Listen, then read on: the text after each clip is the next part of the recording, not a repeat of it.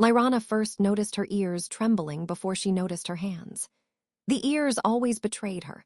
Long, slender, and expressive, they twitched like nervous antennae as she stared at the shimmering hollow scroll announcing her fate. She was to marry a human warrior. A human.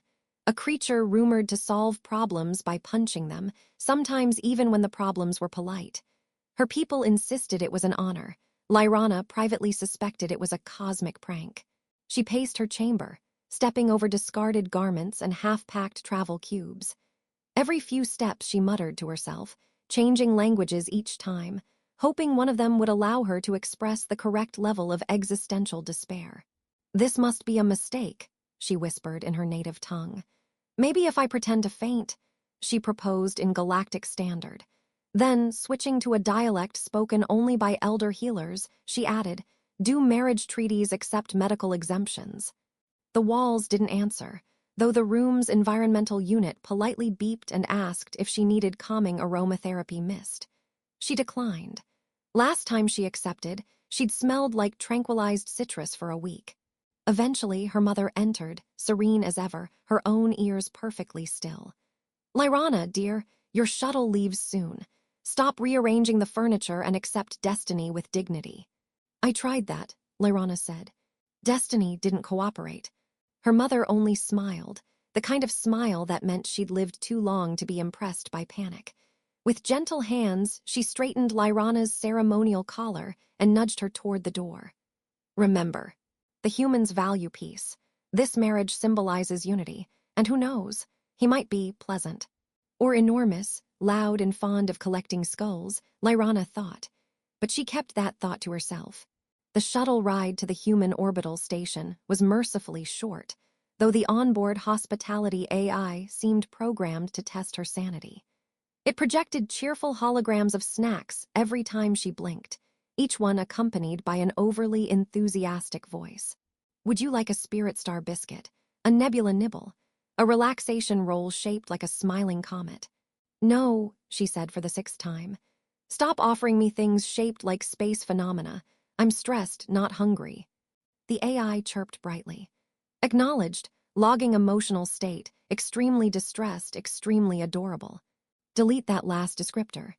Unable to comply. By the time the shuttle docked, Lyrana's nerves were so frayed her ears felt like they might unravel.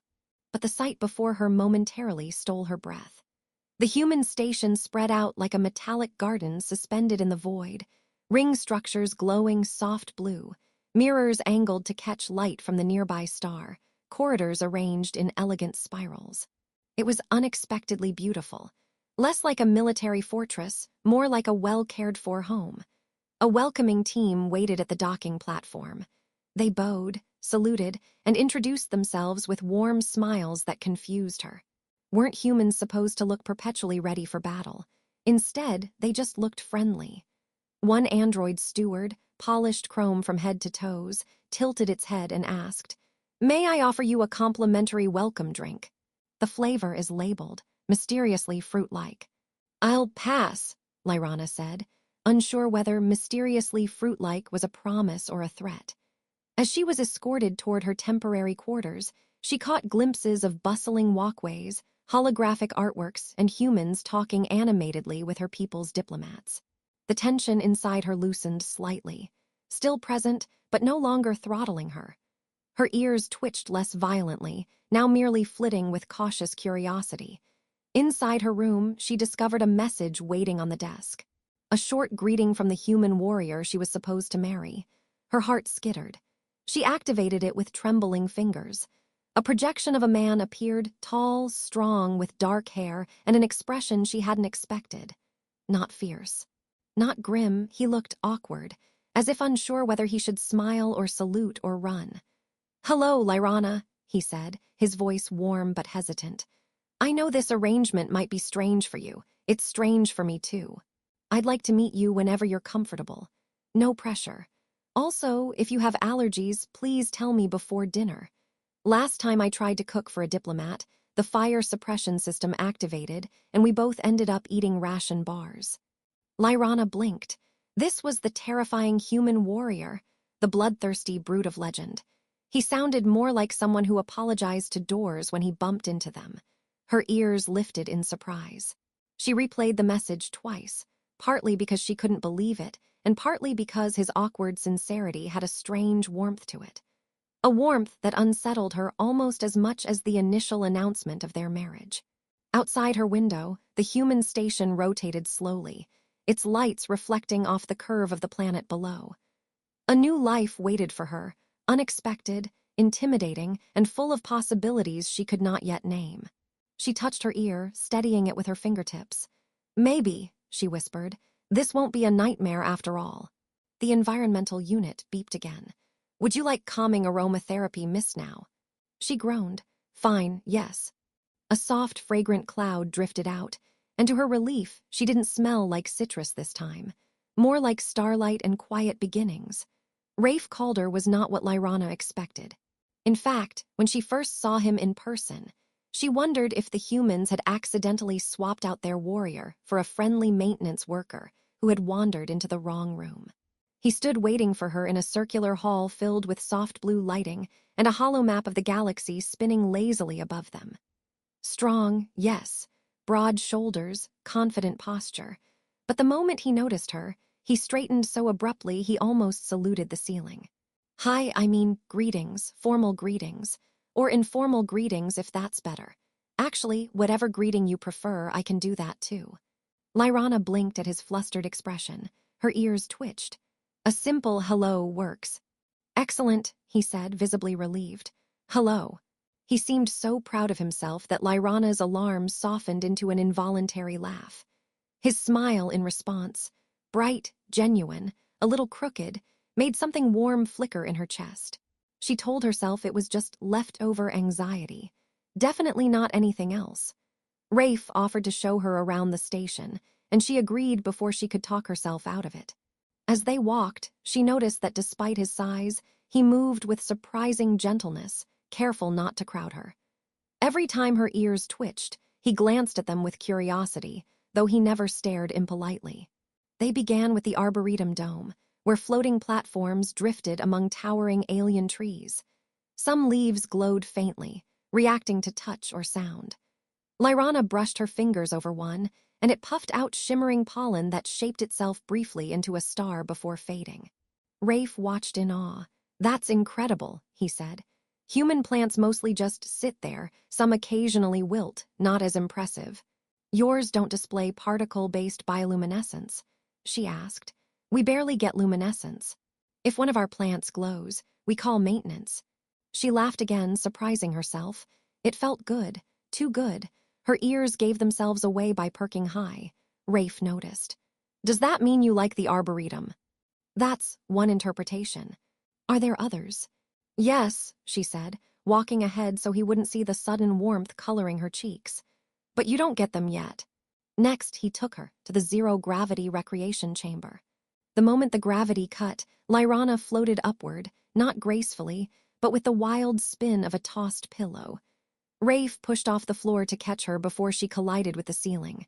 "Got you," he said, grabbing her hands. Unfortunately, momentum had other plans.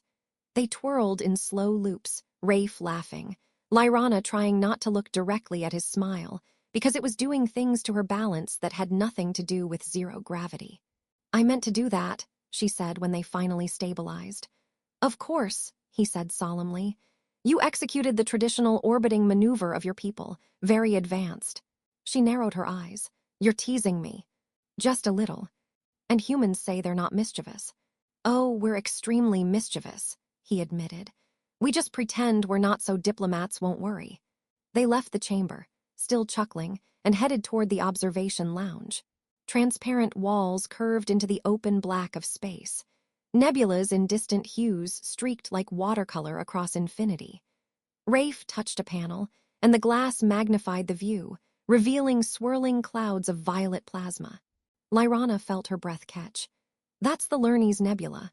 I studied it as a child. Its magnetic storms shape the outer edge every 80 cycles." She stopped herself, embarrassed. "Sorry, I'm rambling." "No," Rafe said softly. "I like when you talk about the things you love." Her ears froze mid-twitch. She didn't know how to respond to that. So she didn't. Instead, she pretended to study the nebula until her heart stopped attempting acrobatics. On their walk back, the ship's AI mispronounced her name again, projecting a hovering message above them. "Welcome, Lemon. Enjoy your cultural exchange experience."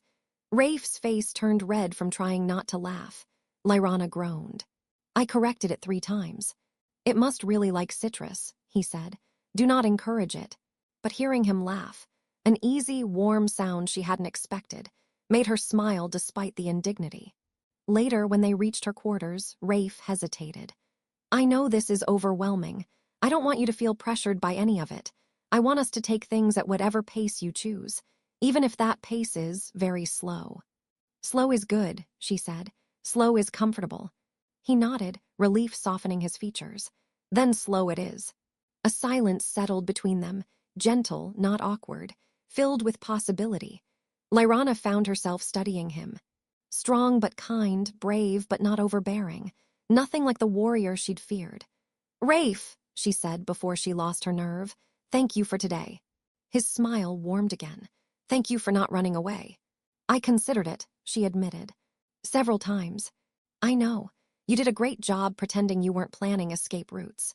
Her ears twitched in mortified acknowledgement. When he left, she stood alone in the quiet corridor, fingers touching the tips of those same ears. They were warm again, too warm. She whispered to herself, "This man is going to be trouble." But not the kind she'd feared. The kind she might, against all logic, begin to want. Lyrana woke to the sound of alarms, sharp, pulsing tones that rattled her bones the moment she sat upright. Her ears, always honest, snapped to full attention. The station lights dimmed to emergency crimson, and the floor thrummed with the vibration of shield generators straining against impact. Something or someone was attacking. She threw on her coat and rushed into the corridor, nearly colliding with an android steward holding a tray of breakfast ration squares. "Please evacuate calmly," it said, voice as cheerful as ever despite the chaos. "Also, would you like a square? Today's flavor is barely acceptable." "No, and stop offering snacks during emergencies." She snapped, sprinting past it. Rafe appeared around the corner at the same time, hair disheveled and armor half-fastened. He skidded to a stop when he saw her. "Lyrana, you're safe, good. Stay behind me." "What's happening?" she asked. "Rogue factions," he said, pulling her toward the command deck. "A splinter group from both our species that hates the Alliance. They picked today of all days to be dramatic." "Of course they did," she muttered. "Why sabotage quietly when you can ruin everyone's morning?" Another impact shook the hall. Rafe steadied her with one hand on her shoulder, guiding her through the zigzagging corridors. She felt the heat of his touch even through fabric, grounding her in the chaos. She no longer saw him as a stranger or a threat. Now, instinctively, she moved with him, matching his pace. When they reached the command deck, the main viewport displayed a cloaked vessel shimmering into partial visibility, sleek, predatory, and charging weapons. Human officers shouted readings, her people's diplomats took emergency positions, and the room hummed with tense urgency. Rafe took command with focused calm. "Shields are weakening. We need to stabilize the resonance." Lyrana felt the rush of fear, but this time something deeper stirred beneath it. She knew her people's bioenergy abilities could harmonize with technology. It was risky, but possible. "I can help," she said. Rafe turned, eyes widening. "It's dangerous." "So is being attacked before breakfast," she replied. "Let me try." He hesitated only a second before nodding. "I trust you." Those words struck her like a pulse of light. Trust. He didn't say it lightly. She approached the generator console, placing her hands on the interface. Her energy flowed through the crystalline channels, meeting the artificial frequencies of the human shield grid. It felt like balancing on the edge of a plasma tide, but she focused, breathing steadily. The hum of the station synced with her pulse, stabilizing, strengthening. On the main display, the shields brightened from pale flicker to solid, radiant blue. "It's working," someone shouted. The enemy vessel fired again, but this time the blast ricocheted harmlessly, scattering into a glittering spray of particles. Rafe grinned. "Lyrana, remind me to never get on your bad side." "Remind me to never do that again before I've eaten," she replied through clenched teeth. With the shields stabilized, human forces launched a controlled countermeasure, a non-lethal magnetic pulse that disabled the attackers, cloaking device and propulsion. The hostile ship drifted powerless, soon surrounded by security craft. Cheers erupted across the deck, but Lyrana's energy was draining fast. The room spun slightly, and she felt herself sway. Rafe reached her in 2 strides, catching her before she fell. "Hey," he murmured, holding her steady, "I've got you." Even exhausted, her ears warmed. Later, after the attackers were detained and the station returned to normal lighting, Lyrana and Rafe walked through the quiet observation lounge. Space stretched before them, calm now, serene. Her body still tingled from the energy she'd channeled, but something inside her pulsed with new certainty. "You were incredible," Rafe said, leaning beside her. "You saved the station." "We saved it," she corrected. "Together,